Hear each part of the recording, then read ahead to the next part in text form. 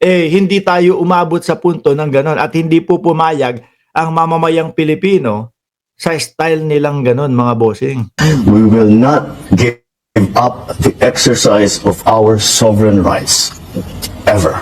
And Siguro naman ho, narinig ng mga senador natin yan. Kung ano man po yung pinag-usapan ninyo ng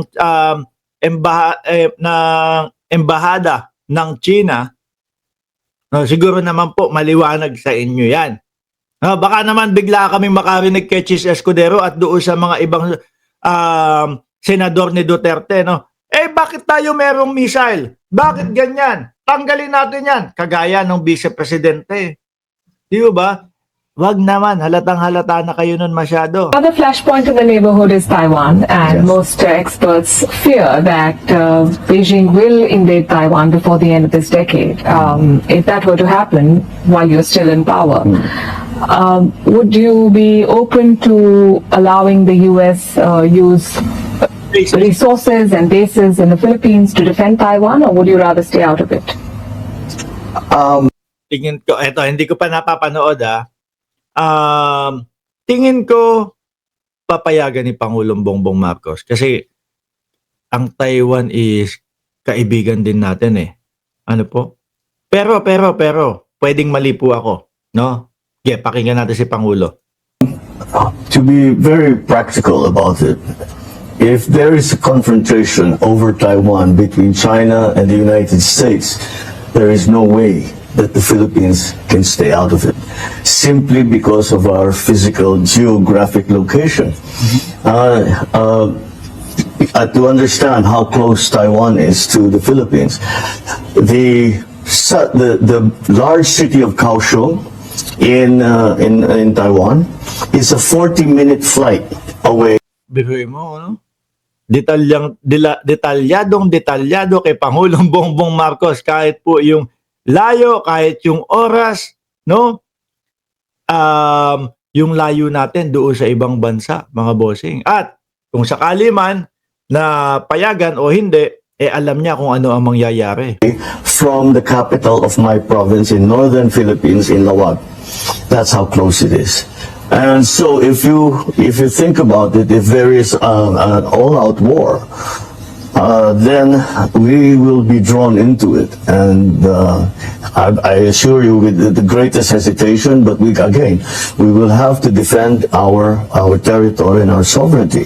Furthermore, there are many Filipino nationals in Taiwan, and that would be immediately a humanitarian problem.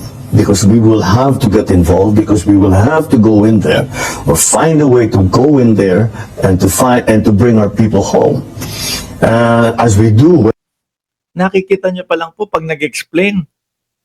No, hindi lang yung rektahan na one way lang yung isasagot ni Pangulong Bongbong Marcos. Meron kaming mga kababayan na mga Pilipino na nandiyan. Mangangailangan kami ng mga tulong para iuwi sila sa Pilipinas, o etc. Whenever they find themselves in areas of conflict, and that for me would be the most considerable concern for us, at least in the early days. And so that's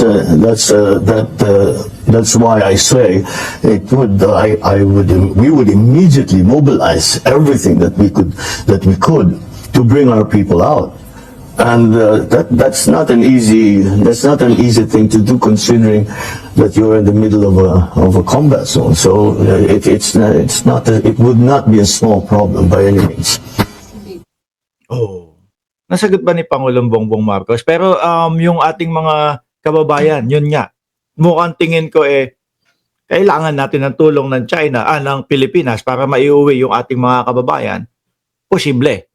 Ano po? Anyway, mga kababayan, yan tingnan nyo ho, ibang bansa, ipinapakita ang paghanga kay Pangulong Bongbong Marcos. Pero ho, eto mga kababayan natin, mismo pa pong mga kababayan natin, mga bossing, sila pa po yung nagpapabagsak kay Pangulo.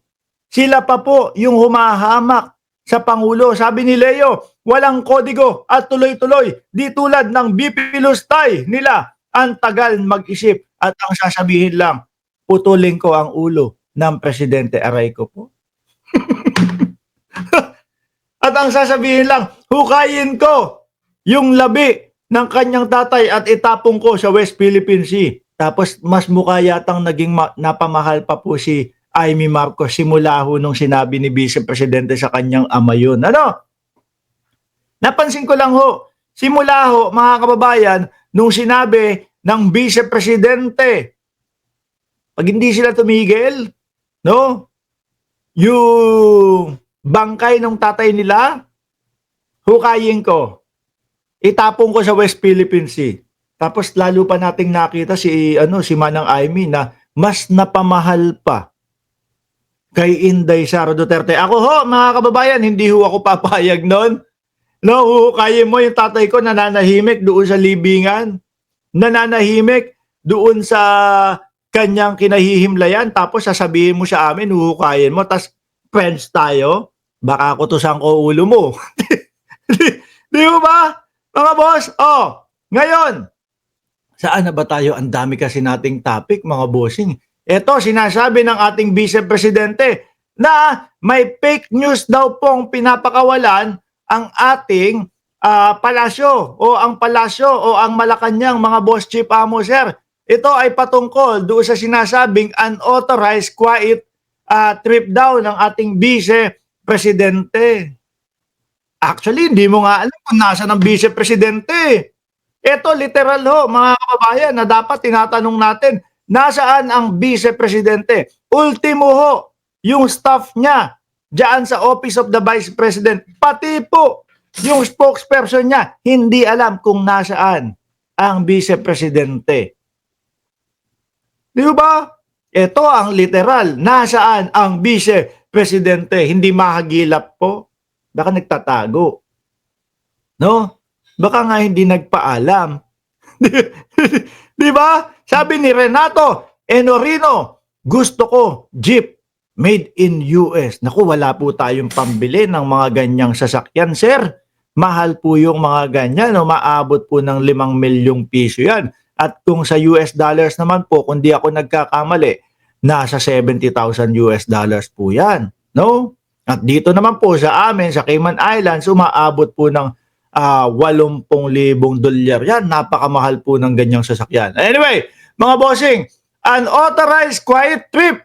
Sara Duterte hits palace, no? Over disinformation to distract from its impeachment blow. Nagpe-fake news daw ang ang Malacanang para daw po mapagtakpan, mga kababayan, yung boto ng Senado na wag matuloy o ma-archive yung impeachment. Bakit naman?